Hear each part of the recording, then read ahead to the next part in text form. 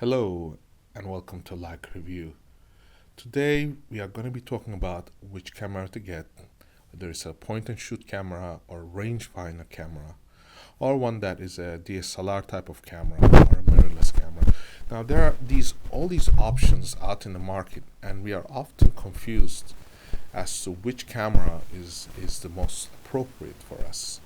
Now, there are multiple reasons why somebody might want to purchase, for example, autofocus camera like a mirrorless camera like a SL, or they might want to purchase something like a point and shoot camera like the Leica Q2.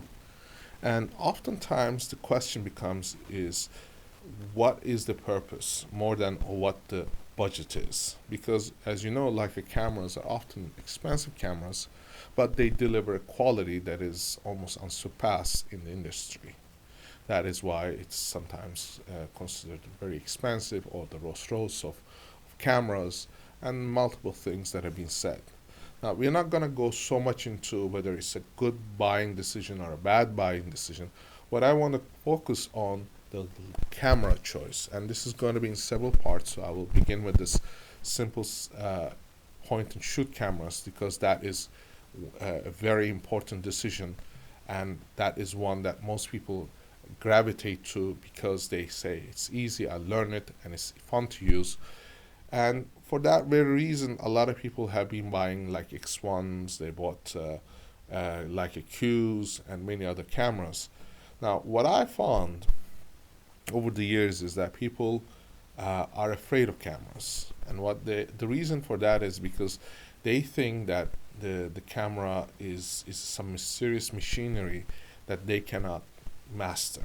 And the sad part about it is most cameras do think for themselves. They do things easier, so you don't have to, most of the times when you buy a point and shoot camera, you don't have to worry about focusing, you don't have to worry about you know whether the ISO settings are right, or don't have to worry about the white balance. These are things that you over the years can master, and things like white balance can be set auto white balance, and for 99% of the applications it will give you a pretty good result.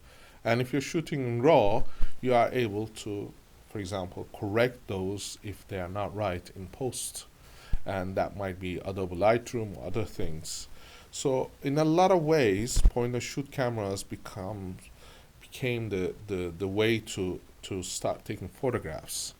And considering the fact that most people use smartphones nowadays and their camera choice, you begin to wonder, is it worthwhile to invest in a Leica Q2 or like invest in a Leica X1? Now, this all will depend on what you are attempting to do. If you are attempting to take photographs that's going to be different than the one that is taken by a smartphone, then yes, that is the camera to choose, because as much as there are cameras in the market like Huawei's cameras that use Leica lenses, there is going to be a major difference in terms of quality and in terms of the way that the images are rendered. For example, the Leica Q2 has a similar lens, 28mm f1.7. So that means is that it's a fast lens. It's going to throw things out of focus in the background and creating this separation from the background of the subject. Especially if you are closer to the subject, this is going to be more pronounced. So if you wanted to create that look on a smartphone, you're not going to be able to achieve that unless you do some tweaking in the post, and that's not going to be natural, as to say. So creating everything in camera is the first step. So knowing how to use a camera is very important. Having a fixed lens like the 28mm on a Leica Q2 is something that is going to give you an advantage, because what you're going to do is you're going to not have to worry about changing focal lengths or trying to see which lens is best. You're going to adapt to the circumstances. So if you're going to take, for example, a photograph of a plate of food, you're going to adjust your distance by using your feet. You're going to come closer, you're going to move back, you're going to capture that photograph as best as you can given the lens choice you have. Now, not in all circumstances the lens is the right choice. For example, most portrait photography lenses are 50 millimeters and above, so they usually use 85 millimeters, 75 millimeter, 90 millimeter if you're using Leicas. So what happens is that we have these choice of lenses that come from compression of the space, and that is what makes the images look so beautiful on a portrait. But again, wide-angle lenses can also be used for portrait.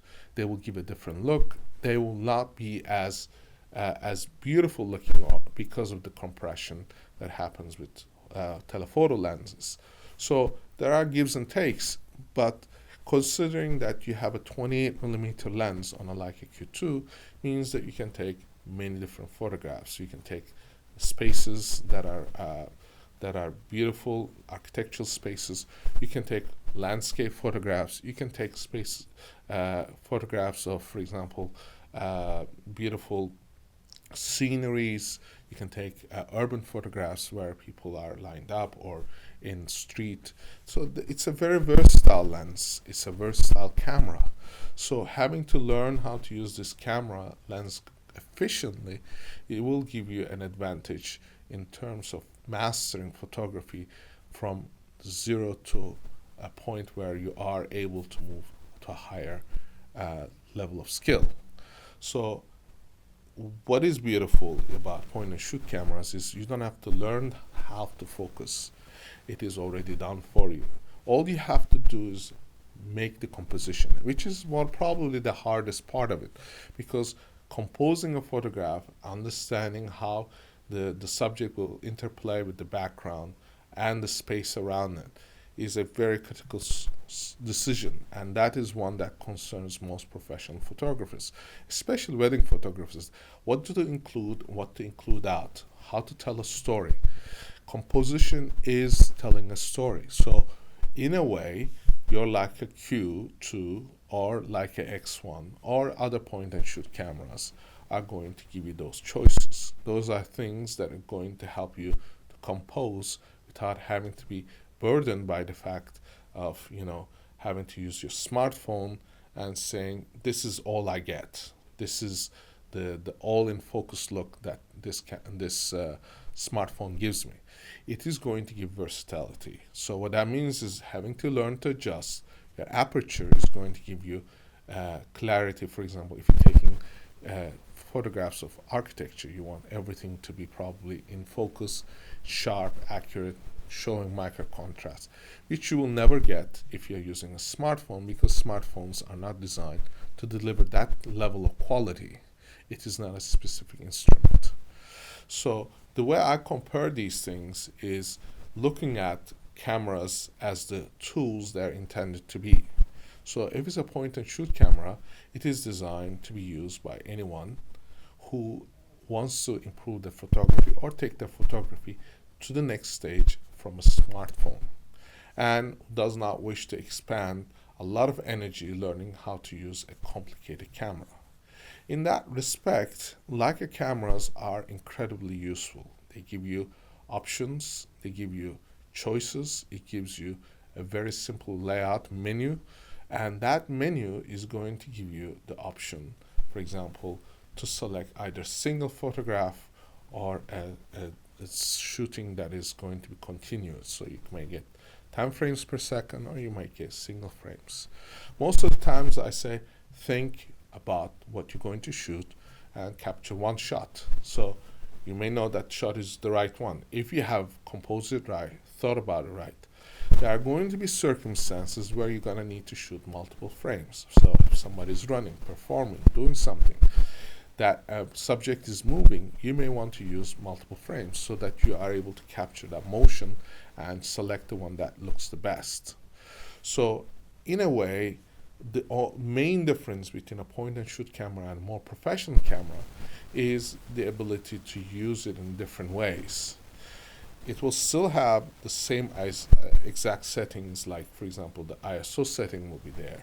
There will be, you can do the changes in the aperture. It's going to give you, for example, aperture priority, or it's going to give you shutter priority. These are things that you have to make decisions by yourself that will allow you to go into the next level. But if you want to just use your camera in the simplest format, put it into auto and it will shoot for you. So you don't have to think about anything else except the composition. This is how we start each photography project, by simply thinking about the composition. So if you're not thinking about the ISO, if you're not thinking about the shutter speed, if you're not thinking about the aperture, what you're thinking about is the composition. So if you got that right, then you can move up to the next thing. You can play around the apertures. You can say the aperture is wide open, or is the aperture is closed, giving you different looks. And that is something you can experiment with. Again, it's doable with a point and shoot camera. On the other side, you can experiment by using the different speeds on the shutter. So you may have a slower shutter speed, glaring a blur. It may be moving subjects, and you may capture, for example, a motion that's like somebody coming out of a building, or a subway, or a metro, or buses, or vehicles moving, to create a sense of motion. Or you could freeze motion to create that moment of exact capture. So it might be somebody jumping up, you freeze that motion. Again, those are all possible with point and shoot cameras. What's beautiful is you are going to get one shot, one kind of framing, and that is going to be decided by the lens choice that is on the camera itself. So 28mm is all you're going to get. Now, there are those people who think, okay, you know what?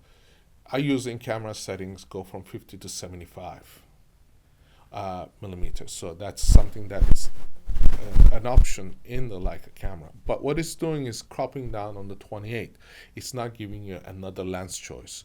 So different settings that you may have as far as the focal length is only making it shorter and longer in terms of the distance, and it's not creating the look that you're looking for. You're actually simply cropping. So what we'll do is we do these tests, and we do these things and see the wide angle, the performance, and everything else, and see if that is something that appeals to you. So that is the first part of our introduction to point and shoot cameras. We're going to go and talk about it further in our next review, and then advance to other types of cameras like the mirrorless and the DSLRs. And I hope you join me in this journey where I'll share my experience and knowledge with you, so that you may make better camera and choices and purchase decisions and improve your photography in the process. And I thank you for watching.